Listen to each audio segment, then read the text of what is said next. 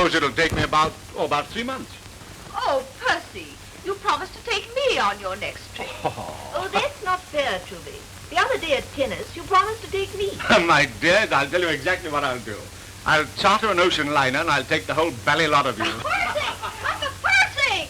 Look what we found at the bottom of the old packing case. Oh!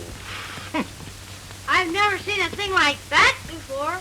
Is it very ancient? My dear old chap, you know, that's a Samoan battle axe.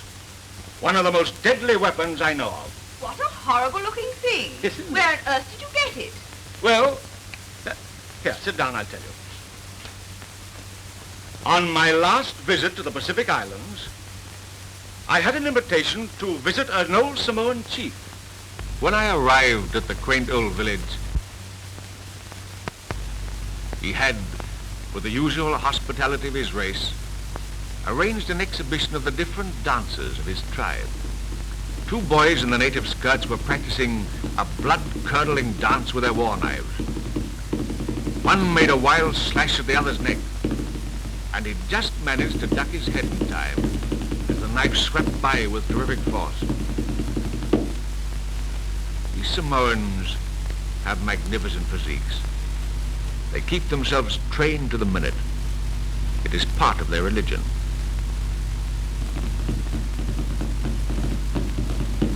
In the Siva dance, they use these heavy knives and twist and twirl them in a way that sent a chill down my spine.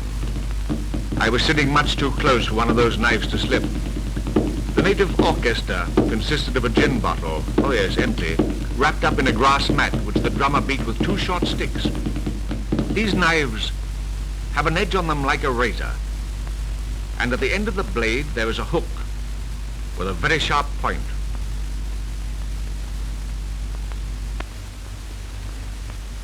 Which the chief explained to me could be used with just as good an effect as the blade. What a cheery little idea. A Samoan welcome is never complete without its dancing girls, who gave an exhibition of what looked like a native Charleston or Black Bottom. Anyhow, whatever it was, they seemed to enjoy it as much as I did. Luina was the prettiest girl in the village and an expert dancer. Her movements, especially her arms and hands, were quite different to the hula girls of Hawaii.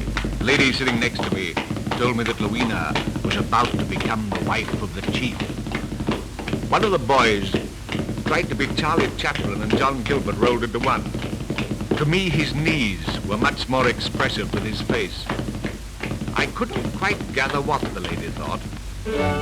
Some weeks later, I was in the Hawaiian Islands, and I took one of the big planes to go to the island of Hawaii, where I was going to visit an old friend who owned a big cattle ranch there.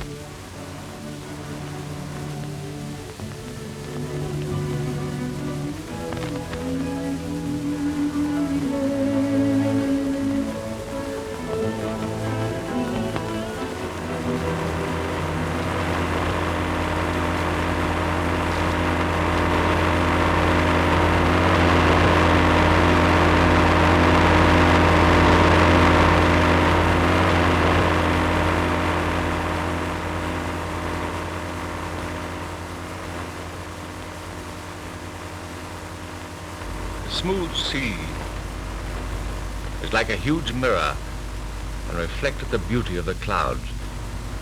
As we flew over Honolulu, which is rightly called the crossroads of the Pacific, the mountains in the background made it look like a beautiful painting.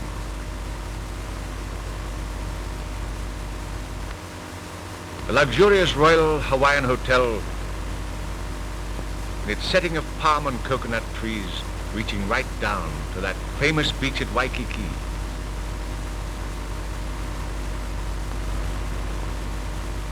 Where if you tire of surfing, a swimming pool is close at hand.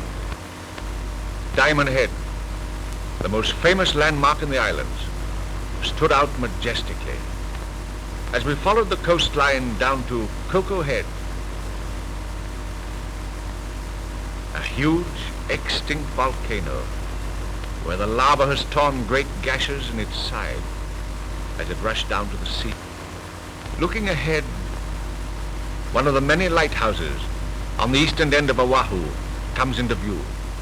Then all of a sudden, as if it had just pushed its head above the turquoise water, was an old crater. I was told that for years it had disappeared, then suddenly popped up again, only this time half its size and in the shape of a crescent. As we neared the island of Hawaii, I thought our pilot was going to call on the lighthouse keeper's daughter, but he really flew as low as he could with safety to show me a big sugar plantation. To give you some idea of the enormous value of this product, in 1929, over $64 million was paid for raw sugar exported from the Hawaiian Islands.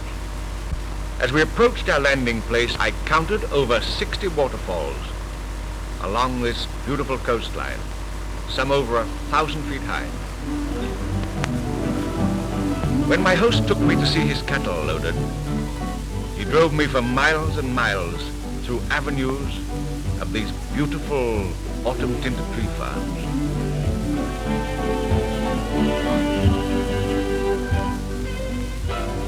The Hawaiian cowboys are wonderful horsemen, and my friend explained to me there was absolutely nothing cruel in this way of shipping cattle, as after long hot days crossing the rough lava country, this plunge into the salt water not only refreshes, but cleans and disinfects them.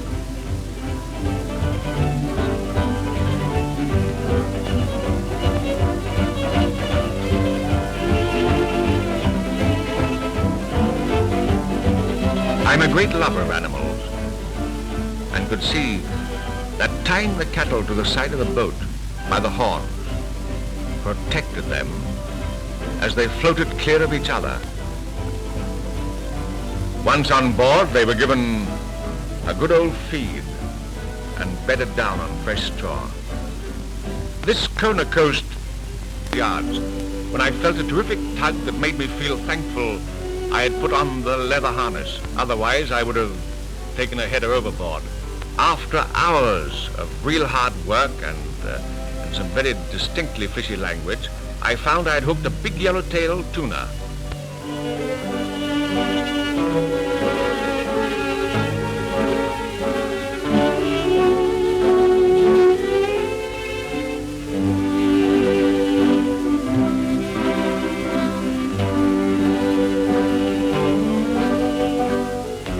After its splendid and desperate fight, had finally drowned.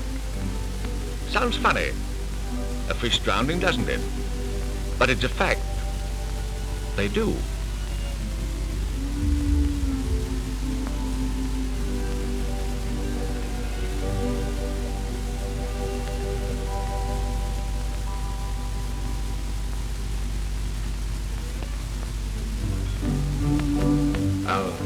Can you imagine my surprise when I discovered that tuna was nearly 200 pounds?